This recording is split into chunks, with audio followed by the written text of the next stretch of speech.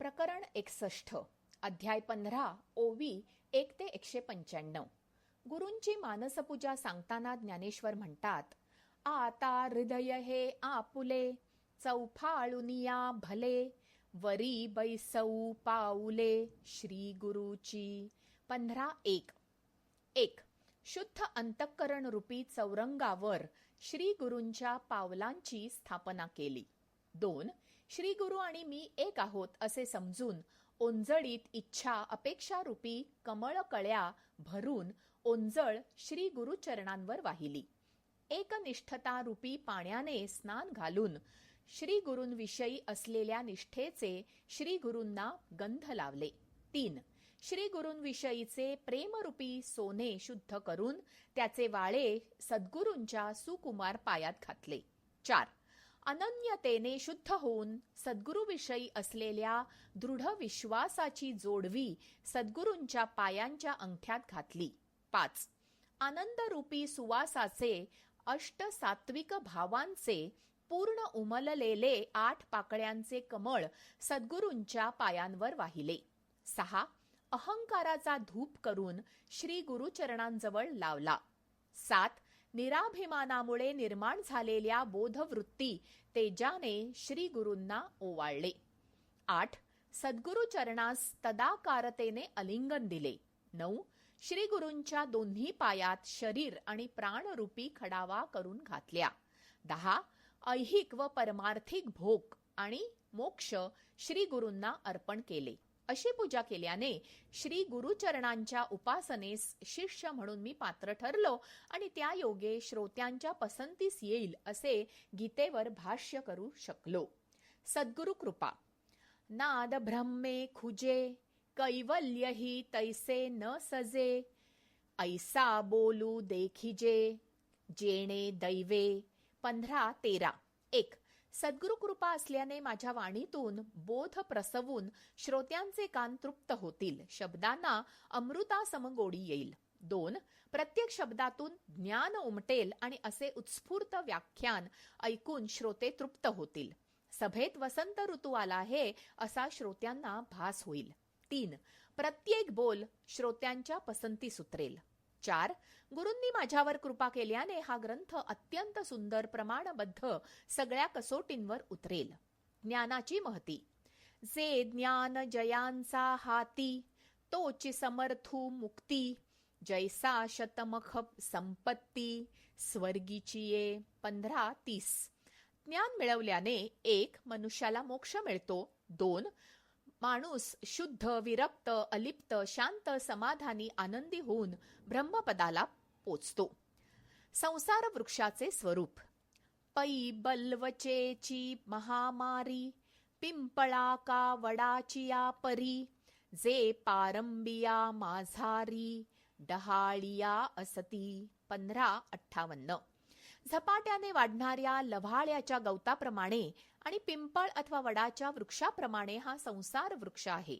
याच्या आकाराला पिंपळाची उपमा दिली आहे कारण पिंपळाप्रमाणे अथवा वडाप्रमाणे याच्या पारंब्या डहाळ्या आहेत आणि हा सदा रहित आहे. पण या वृक्षाची मुळे वर आणि फांद्या खाली आहेत. अर्थात माणसाला ब्रह्म वर आहे असे वाटले तरी वास्तविक ब्रह्माला सुरुवात शेवट दिशा नाही. ब्रह्म सूक्ष्म आहे. हे जग किंवा सृष्टी ब्रह्माची माया आहे. 1. अज्ञान हे संसार रूपी वृक्षाचे मूळ आहे, त्यामुळे जीव शरीराला जास्त महत्त्व देतो. 2. रज तम हे गुण पंचेंद्रिये आणि त्यांचे विषय ही या वृक्षाची पाने आहेत. 3.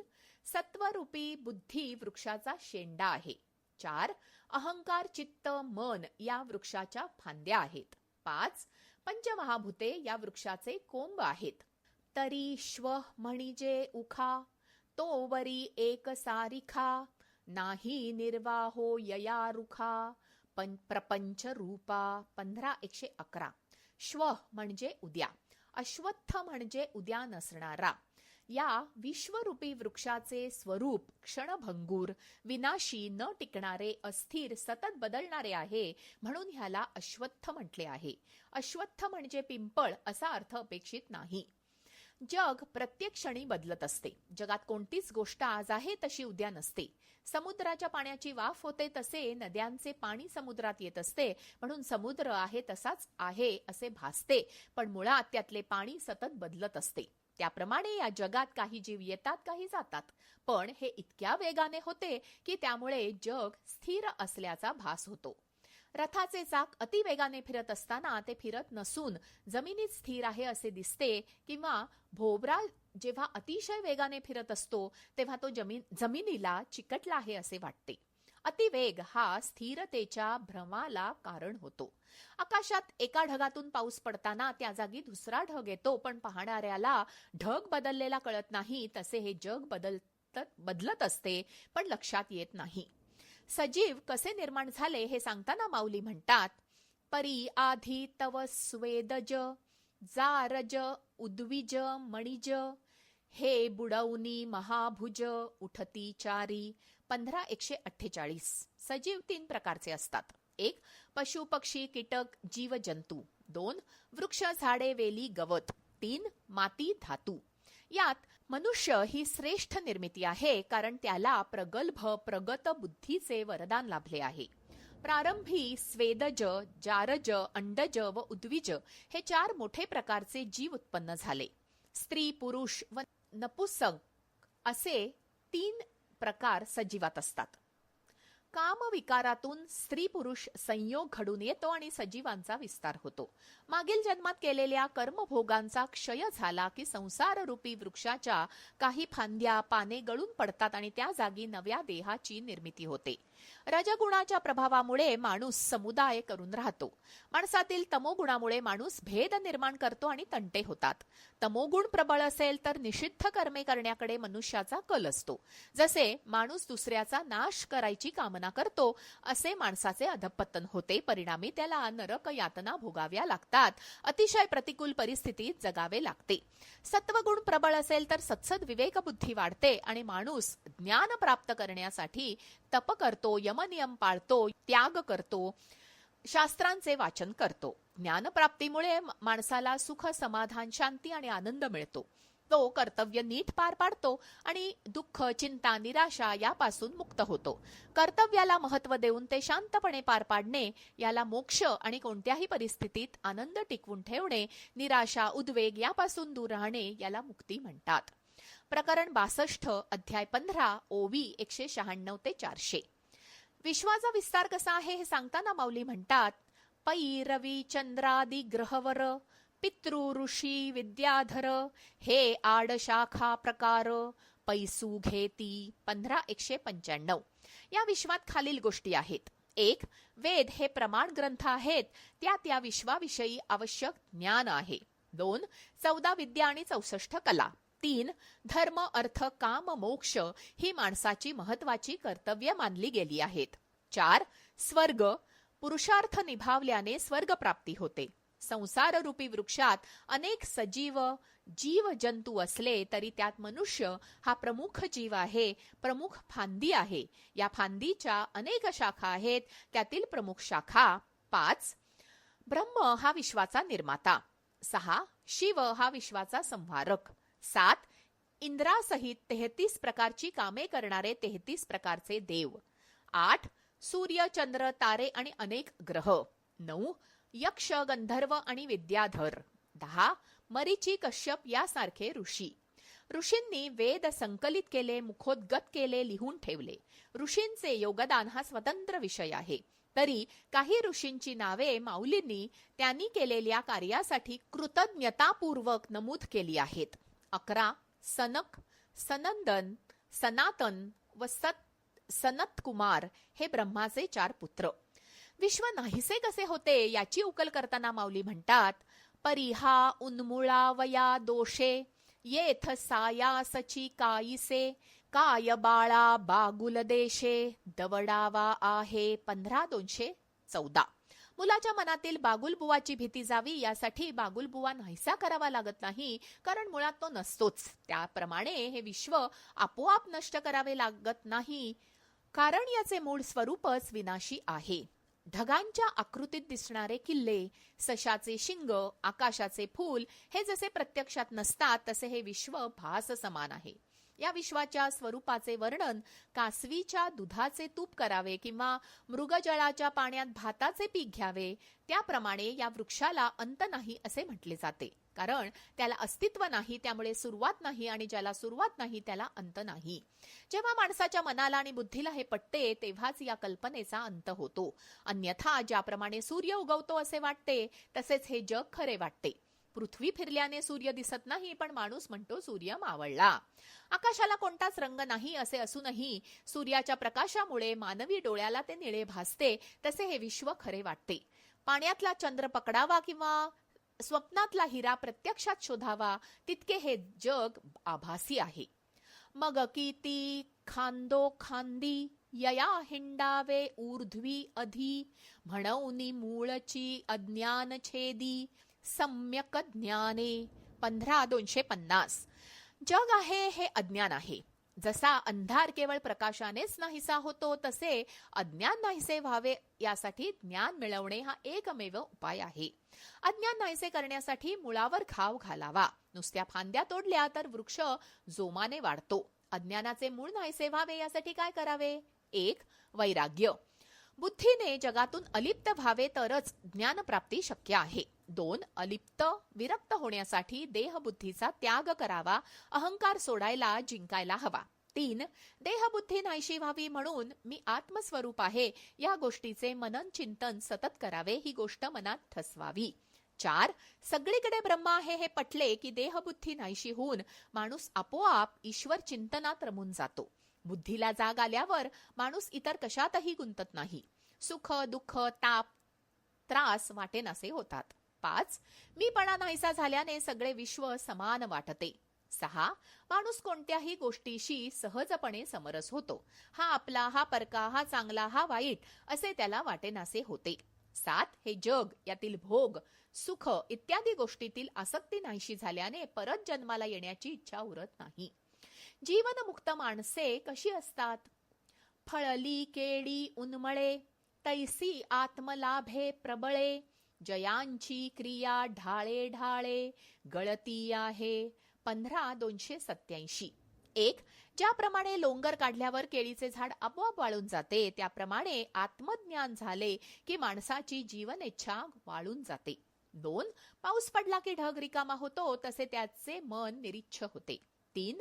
झाडाला आग लागल्यावर त्यावरील पक्षी उडून जातात तसे ज्ञान मिळाल्यावर माणसाच्या अपेक्षा नाहीशा होतात. 4.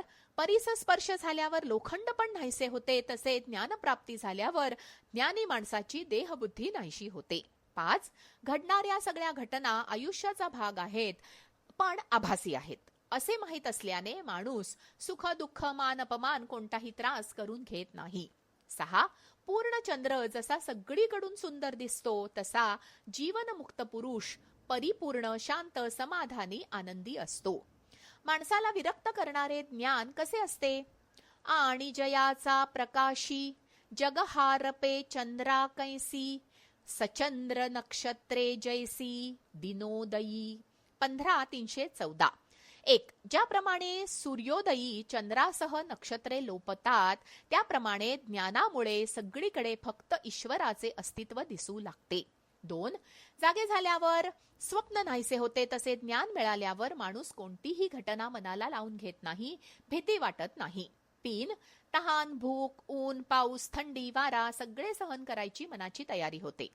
या गोष्टींविषयी तक्रार उरत नाही. सुखलोलुपता कमी होते. आरामाकडे मन ओढ घेत नाही. 4. मुक्ती किंवा मोक्षाचीही आस उरत नाही. सगळे ब्रह्म आहे म्हटल्यावर व्यर्थ आटापिटा करायची गरज उरत नाही. चंद्र जसा कुठूनही सारखाच दिसतो, तो बघायला इतर ठिकाणी जायची गरज नसते, तसे ब्रह्म कळल्याने माणूस ब्रह्माशी समरस झालेला असतो. अगा उपजणे निमणे, हे साचची जे का मानणे, तो जीवलोकू मी म्हणे संसारुहन. 15,347. शरीर उत्पन्न झाले असता जन्मास आलो व ते नाहीसे झाले म्हणजे मेलो असे माणसाला वाटते. या समजुतीला माऊलींनी जीवलोक म्हटले आहे. शरीर आणि आत्मा यांच्या एकत्रित असण्याने अनेक कर्मे घडतात हे खरे असले तरी आत्मा काही करत नाही. जीव शरीरात लिप्त होऊन इंद्रियांच्या आहारी जातो. आत्म्याबरोबर मन, बुद्धी, अहंकार आणि इंद्रिये यासहित सूक्ष्म देह पुढच्या जन्मात जातो आणि संचिताचे भोग भोगतो. दिवा तेवण्यासाठी दिवा, वात, तेल या 3 गोष्टींची गरज असते. त्याप्रमाणे आत्मा, जीव, देह एकत्र आले की जीव भोग भोगतो, कर्मे करतो. जेव्हा देह भोगण्यासाठी निरुपयोगी ठरतो तेव्हा आत्मा या देहाचा त्याग करतो. त्याला मृत्यू समजणे म्हणजे आरशात प्रतिबिंब पडले नाही म्हणून वस्तू नाहीशी झाली म्हणण्यासारखे आहे. तळ्यात, विहिरीत, घटात पाणी असेपर्यंत आजूबाजूच्या परिसराचे त्यात प्रतिबिंब पडते. आजूबाजूला गोष्टी तशाच असल्या तरी पाणी संपल्यावर प्रतिबिंब नाहीसे होते. जन्म मरण अगदी तसेच आहेत. ज्ञान खूप जण मिळवतात पण भगवंताचे स्वरूप सगळ्यांना का कळत नाही? परी ते व्युत्पत्ती ऐसी, जरी विरक्ती न रिगे मानसी, तरी सर्वात्मका मजसी नव्हेची भेटी. 15,392. 1. ज्ञान असूनही मनात वैराग्य नसेल तर भगवंताशी भेट होत नाही. भगवंत समोर असूनही ओळखू येत नाही. 2. ज्ञान मिळवलं पण मन विषयांकडे ओढ घेत असेल तर भगवंत सापडत नाही. जसे मन अशांत असेल तर समोर असलेली वस्तूही सापडत नाही, माहिती असलेली गोष्टही आठवत नाही. तसे ज्ञान असले तरी मन दुसरीकडे असल्याने भगवंत सापडत नाही. 3. भगवंत भेटीत अहंकार अडथळा निर्माण करतो. अनेक गोष्टी भगवंताच्या उपस्थितीने होत असूनही स्वतःकडे श्रेय, मोठेपणा, कर्तेपण घेतल्याने जीव स्वतःच्या कौतुकात दंग राहतो आणि मग त्याला भगवंताला भेटायची ओढ आणि आठवण उरत नाही. भगवंत सगळीकडे आहे पण तरी त्याला ओळखावे कसे आणि कुठे? या विभूती 10व्या आणि 11व्या अध्यायात विस्ताराने सांगूनही अर्जुनाला ते परत ऐकण्याची ओढ आहे. प्रकरण 63, अध्याय 15, ओवी 401 ते 595. परमेश्वराचे अस्तित्व कसे जाणवते हे सांगताना माऊली म्हणतात, मी रिगालो असे भूतळी, म्हणून समुद्र महाजळी, हे पासूची ढेपुळी विरेचिना. 15,401. 1. समुद्राच्या विशाल अवाढव्य पाण्यात किनाऱ्यावरची माती, वाळू वाहून जात नाही, तळातील माती विरघळत नाही, ही दैवी गोष्ट आश्चर्य आहे. 2. सूर्यापासून मिळणारा प्रकाश, चंद्राचे चांदणे भगवंताची किमया आहे. चंद्र स्वयंप्रकाशित नाही. सूर्याचा प्रकाश चंद्रामुळे परावर्तित होतो. चंद्राकडून परावर्तित होताना प्रकाश शीतल होतो हे विशेष आहे. 3. आदित्य, चंद्र, अग्नी यांच्या ठिकाणी असणारे तेज ईश्वराचे आहे. एकाच अग्नीपासून जाळणे, भाजणे, तळणे, शिजवणे अशा वेगवेगळ्या क्रिया करता येतात. 4. गुरुत्वाकर्षणामुळे सगळ्या गोष्टी जमिनीवर चिकटून राहतात, उडत नाहीत, ही परमेश्वराचीच किमया आहे. 5. वनस्पतीत औषधी गुणधर्म आणि पोषण मूल्य वैश्विक शक्तीच्या प्रभावामुळे असतात. 6. सजीवांना जगण्यासाठी मिळणारे अन्न पचण्यासाठी आवश्यक अग्नी परमेश्वराची विविध रूपे आहेत. 7. अग्नी प्रज्वलित करण्यासाठी लागणारा प्राणवायू सजीवांसाठी देवस्वरूप आहे. 8. या जगातील प्रत्येक गोष्ट परमेश्वराचे रूप आहे. एकाच वेळी परस्पर विरोधी गोष्टी होतात हे आश्चर्यकारक आहे. एकाच घटनेने एकाला आनंद आणि एकाला दुःख का होते हे सांगताना माऊली म्हणतात, हे असो स्वातीचे उदक, शुक्ती मोती व्याळी विख, तैसा सज्ञानासी मी सुख, दुःख तो अज्ञानासी. 15,420. स्वाती नक्षत्राचे पाणी शिंपल्यामध्ये मोती होते व सर्पात विष होते. त्याप्रमाणे हे जग ज्ञानवानाला सुखदायी वाटते व अज्ञानाला दुःखदायी वाटते. परमेश्वर एकच असला तरी देह, प्रकृती, धारणेनुसार त्याचे रूप बदलते. शक्तीचे हेच वैशिष्ट्य आहे की त्याचे विविध उपयोग असतात. 1. ध्वनी एकच असला तरी वेगळ्या वाद्यातून वेगळे नाद निर्माण होतात. 2. वेळेचा उपयोग प्रत्येक माणूस वेगळा करतो. एका क्षणी कोणी काम करतो, कोणी आराम, कोणी अन्न तयार करतो, कोणी खातो, कोणी गप्प बसतो, कोणी व्यायाम करतो, कोणी ऐकतो, कोणी बोलतो, कोणी चालतो, कोणी रांगतो, कोणी रडतो, कोणी हसतो. 3. सूर्यापासून कोणाला प्रकाश, कोणाला उष्णता, कोणाला शक्ती, कोणाला वेळ कळते. 4. एकाच मातीत वेगवेगळी झाडे, वेली उगवतात. ज्या जमिनीत कारले उगवते तिथेच ऊस उगवतो, जिथे चंदन उगवते तिथे बाभळीही असते. जसे बीज असेल तसे झाड वाढते. 5. वाऱ्याने आग लागते आणि विझतेही. 6. पाण्याने स्वच्छता करता येते आणि चिखलही. पिके येतात आणि जातातही. माणूस तरंगतो आणि बुडतोही. 7. एक घटना एकाच्या लक्षात राहते, दुसरा विसरतो. अशा अनेक गोष्टी परमेश्वराच्या शक्तीने आणि माणसाच्या प्रयत्नाने घडत असतात. कधी कशामुळे काय घडेल हे माणसाच्या अधीन नसते. माणूस मात्र प्रत्येक घटनेचा स्वतःशी संबंध जोडतो. प्रयत्न करणे माणसाच्या हातात असले तरी त्या प्रयत्नांना यश मिळणे माणसाच्या हातात नसते. उजेड पडल्यावर दिवा दिसतो किंवा सूर्याच्या प्रकाशात सूर्य दिसतो, तसे ज्ञान मिळाल्यावरच परमेश्वर कळतो. सुख मिळावे म्हणून माणूस प्रयत्न करत राहतो आणि सुख मिळत नाही म्हणून दुःखी होतो. पै अर्जुना आम्हाही वाडे कोडे, अखंड बोलो आवडे, परी काय कीजे न जोडे, पुसते ऐसे. 15:448. हे सगळं ऐकून अर्जुनाला आनंद झाला. आकाशातील चंद्राचे प्रतिबिंब सरोवराच्या पाण्यात पडावे तसा बोध त्याच्या हृदयात उमटला. त्याने भगवंतांना अद्वैत निरुपाधिक स्वरूप उलगडून सांगायची विनंती केली. भगवंतांना देखील स्वरूपाविषयी बोलायचे होते, परंतु तसा विचारणारा, समजून घेणारा श्रोता मिळाला नव्हता. 2 ओठ पण बोलणे एक, 2 पाय पण चालणे एक, त्याप्रमाणे विचारणारा व सांगणारा असे दोघे समरस झाले तरच बोध कळतो. व्याख्यान करणारा व प्रश्न विचारणारा असे तत्वतः दोघेही माणसेच असतात. ताकातून लोणी वेगळे काढले तरी वास्तविक लोणी हा ताकाचाच भाग असतो. पाण्यावरचे शेवाळे दूर केल्यावर खाली स्वच्छ पाणी असते. धान्यावरील टरफल दूर केले की आत दाणा असतो. तसे अज्ञान दूर झाले की शुद्ध चैतन्य उरते. परमेश्वराचे दर्शन झाले असता बोलण्यासारखे काही उरत नाही आणि इच्छा असूनही काही बोलू शकत नाही. ही ज्ञान प्राप्ती झाल्याची मुख्य खूण आहे. जेव्हा सगळा गोंधळ संपतो तिथे ज्ञान असते. या अवस्थेला निरुपाधिक म्हणजे उपाधिरहित स्वरूप म्हटले जाते.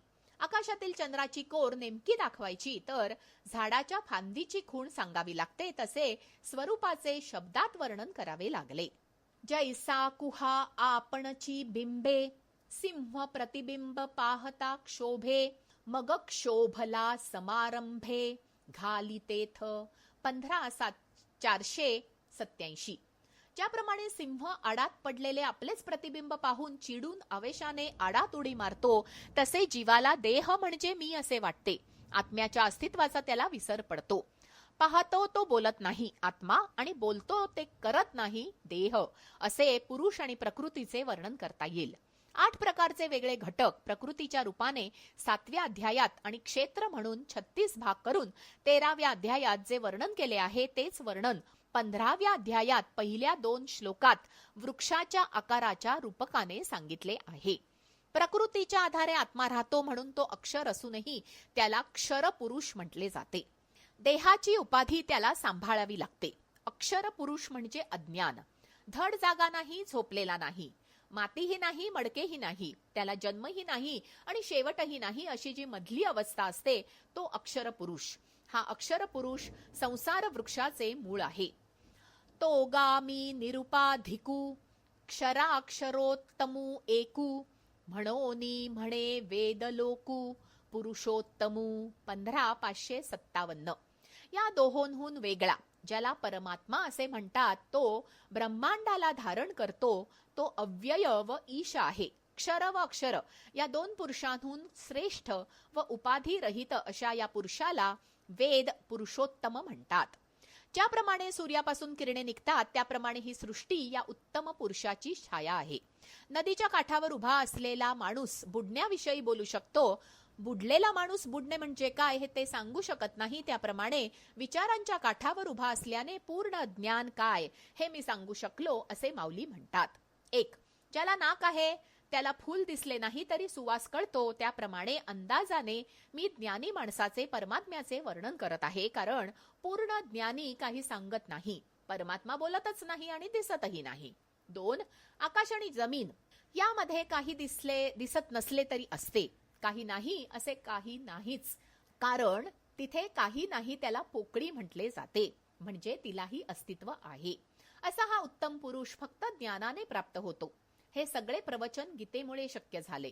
गीतेची महती सांगताना माऊली म्हणतात, जे ज्ञानामृताची जानवी, जे आनंद चंद्रीची सतरावी, विचार क्षीरार्णवीची नवी लक्ष्मी जे हे 15,573. गीता ज्ञानरूपी अमृताची गंगा आहे. आनंदरूपी चंद्राची 17वी कला आहे. विचाररूपी क्षीर समुद्राचे मंथन करून काढलेली लक्ष्मी आहे. गीता शब्द पांडित्याचे शास्त्र नसून संसार जिंकणारे शास्त्र आहे, शस्त्र आहे. गीतेतील सर्व अक्षरे आत्म्याला जागृत करणारे मंत्र आहेत. गीतेमुळे मोह नाहीसा होतो, ज्ञान प्राप्ती होते. शंकराच्या जटेत गुप्त असलेली गोदावरी बाहेर काढण्यास जसे गौतम ऋषी कारणीभूत झाले, तसा भगवंताच्या मस्तकातील गीतारूपी ठेव्याला बाहेर येण्यास अर्जुन कारणीभूत झाला. व्यासांमुळे संजयाला, संजयामुळे धृतराष्ट्राला गीतामृताचा लाभ झाला आणि त्या दोघांचाही उद्धार झाला. जसा आणि जितका अर्थ कळला तितका माऊलींनी मराठी भाषेत सांगितला आहे, तो श्रोत्यांनी गोड मानावा अशी विनंती केली. ज्यांना मुळातच आत्मज्ञानाची आवड आहे ते ज्याप्रमाणे भ्रमर मकरंद गोळा करतो त्याप्रमाणे हे ज्ञानकण सांभाळून ठेवतील याची माऊलींना खात्री आहे. ज्या आपलेपणाने श्रोत्यांनी कौतुक केले त्याबद्दल माऊलींनी आभार मानले. श्रोत्यांच्या प्रेमामुळे माऊलींना खूप आनंद झाला. गुरूंनी ही शब्दरूपी पूजा स्वीकारावी अशी माऊलींनी विनंती केली. प्रकरण 64 अध्याय 16 ओवी 1 ते 210. 16व्या अध्यायात सद्गुण आणि अवगुण यांचे वर्णन आहे. प्रत्यक्षात सगळे गुणच असतात. माणूस त्याला महत्व देतो त्या प्रमाणामुळे ते सद्गुण किंवा दुर्गुण ठरतात. यासाठी गीतेत तारतम्य आवश्यक आहे असे सांगितले आहे. कशाला किती महत्व द्यायचे हे प्रमाण सांगणारी व्यक्ती गुरु असते, तिचे ऋण न फिटणारे आहे. शिष्यात जाणीव उपजत असते. गुरु त्याला प्रेरणा, चालना, मार्ग देतात. प्रत्येक माणूस काहीतरी उद्देश घेऊन जन्माला येतो. तो उद्देश सफल होण्यासाठी गुरु लाभणे गरजेचे असते. माणसाला प्रत्येक जण काहीतरी सांगतो, पण माणूस प्रत्येकाचे सांगणे ऐकत नाही. एखादी गोष्ट आई इतक्या मायेने सांगून वडिलां इतक्या कळकळीने पटवून देणे फक्त गुरूंना जमतं. गुरुवर माणसाचा विश्वास असतो. त्या विश्वासाने अनेक गोष्टी साध्य होतात.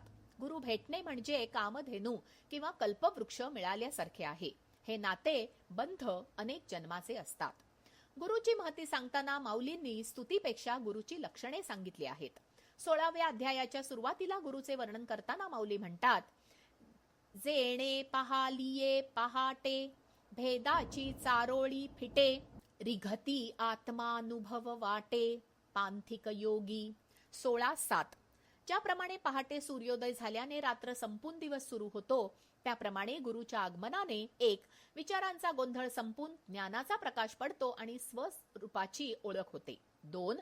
आत्मतत्वाची खूण पटल्याने वैश्विक शक्तीशी साधक समरस होतो. 3. साधनेची योग्य वाट सापडून त्यावर वाटचाल करतो. 4. ज्याप्रमाणे सकाळ होताच पक्षी घरटे सोडून आकाशात झेप घेतात, त्याप्रमाणे गुरु भेटल्याने देहाची आसक्ती कमी होऊन माणूस उपासनेत रमतो.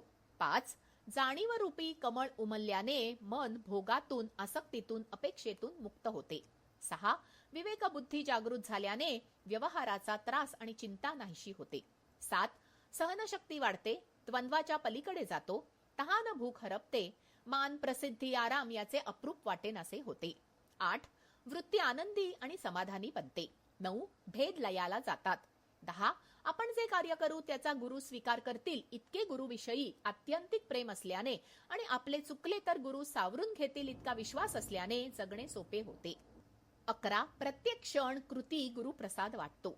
12. गुरुकृपेने अशक्य वाटणाऱ्या गोष्टी घडतात, लोकोत्तर कार्य होतात, करू ते कार्य बिनचूक होते, कारण त्यामागे गुरुशक्ती असते. शिष्य केवळ माध्यम आहे हे शिष्याने विसरू नये.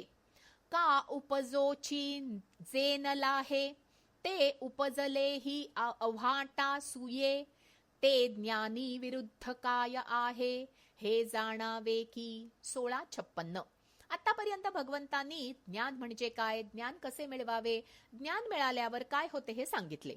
अशी कोणती गोष्ट आहे जिच्यामुळे ज्ञान मिळत नाही किंवा मिळालेले ज्ञान गैरमार्गाने वापरले जाते हे साधकाला माहीत असायला हवे, जेणेकरून तो त्या गोष्टी टाळेल. ज्याच्यामुळे ज्ञानप्राप्ती होते ते दैवी गुण आणि ज्यामुळे ज्ञान असूनही माणूस अधोगतीला जातो ते आसुरी गुण भगवंतांनी या अध्यायात सांगितले आहेत. 9व्या अध्यायात ज्ञान प्राप्तीसाठी अनुकूल आणि प्रतिकूल गोष्टी भगवंतांनी थोडक्यात सांगितल्या आहेत. 16व्या अध्यायात त्या विस्ताराने सांगितल्या. 1. भयमुक्त वर्तन अर्थात अभय. निषिद्ध गोष्टी केल्या नाहीत की कोणत्याही गोष्टीचे भय वाटत नाही. देवाचे अस्तित्व मानून प्रत्येक गोष्ट करणे हा त्यासाठी सोपा मार्ग आहे. 2. शुद्धी. मान, कीर्ती, प्रतिष्ठा याची अपेक्षा न करता केलेले वर्तन शुद्ध असते. 3. अनन्य. ज्ञान किंवा योग यापैकी जो मार्ग असेल त्यावर स्थिर राहावे. अनुभवाच्या मागे न धावता आहे त्यावर विश्वास ठेवून स्थिर राहते अशी बुद्धी अनन्य असते. 4. दान. जो संकटात असेल, ज्याला गरज असेल अशा व्यक्तीला निरपेक्ष मदत करणे म्हणजे दान. 5. दमन. तरी विषयेंद्रिय मिळणी करुनी घापे वितुटणी जैसे तोडीजे खडू पाणी पारकेया. 16:89. अशुद्ध पाण्यात निवडी घातली असता पाण्यातील गाळ तळात बसतो आणि वर शुद्ध पाणी राहते, त्याप्रमाणे आसक्ती मनातून वेगळी होते. इंद्रियांना घातलेला आवर, भावनेवर ठेवलेला संयम म्हणजे दमन. मनात चिंतन करून बळजबरीने ठेवलेला संयम म्हणजे दमन नव्हे. वैराग्य ही प्रवृत्ती असली तरच निवृत्ती येते. 6. यज्ञ. अधिकार असलेली कर्मे निरपेक्षपणे प्रामाणिकपणे करणे म्हणजे यज्ञ. 7. स्वाध्याय. कसा असतो सांगताना माऊली म्हणतात, आता चेंडुवे भूमी हाणिजे हे नव्हे तो आता आणिजे की शेती बी विखुरजे परी पिकी लक्ष. 16:100. चेंडूने खेळताना चेंडू जमिनीवर आपटला, त्यात जमिनीला फटका मारायचा उद्देश नसून चेंडू उसळी मारून हातात यावा हा उद्देश असतो. किंवा बियाणे शेतात फेकले असे वाटले तरी तसे नसून पीक यावे या हेतूने केलेली पेरणी असते. काय करतोय हे कळून आनंदाने केलेले कर्म किंवा अभ्यास म्हणजे स्वाध्याय. 8. तप.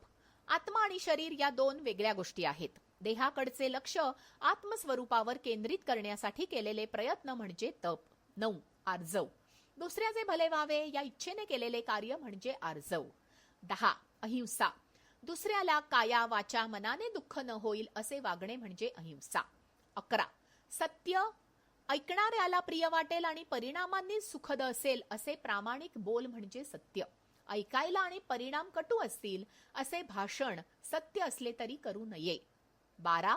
अक्रोध. परिस्थिती प्रतिकूल असली तरी शांत राहणे, चिडचिड न करणे. 13. त्याग. त्याग मीपणाचा करावा. 14. शांती. मनातील शंका नाहीशा होणे, मन निर्विचार होणे म्हणजे शांती. शांती म्हणजे गप्प बसणे नाही. 15. दया. दुसऱ्याला भेदभाव न करता मदत करणे, दया परोपकार हे सत्कर्म आहे. 16. अपैशून. दुसऱ्याचे दोष पाहू नये, कोणाच्याही न्यूनावर बोलू नये, पापकर्मात सहभागी होऊ नये, दोष उघड करणाऱ्या नावाने हाक मारू नये. 17. अनासक्ती. निरीच्छ वृत्ती. 18. मार्दव. इतरांशी कोमलपणाने वागणे बोलणे. 19. तेज. अध्यात्माची आवड असणे. 20. क्षमा. साधेपणाने वागणे. 21. धैर्य. शारीरिक मानसिक कष्ट घ्यायची तयारी असणे. 22. शौच. अंतःकरणाची शुद्धता, अंतर्बाह्य स्वच्छ असणे, हेतू आणि कार्य दोन्ही शुद्ध असणे. 23. अद्रोह.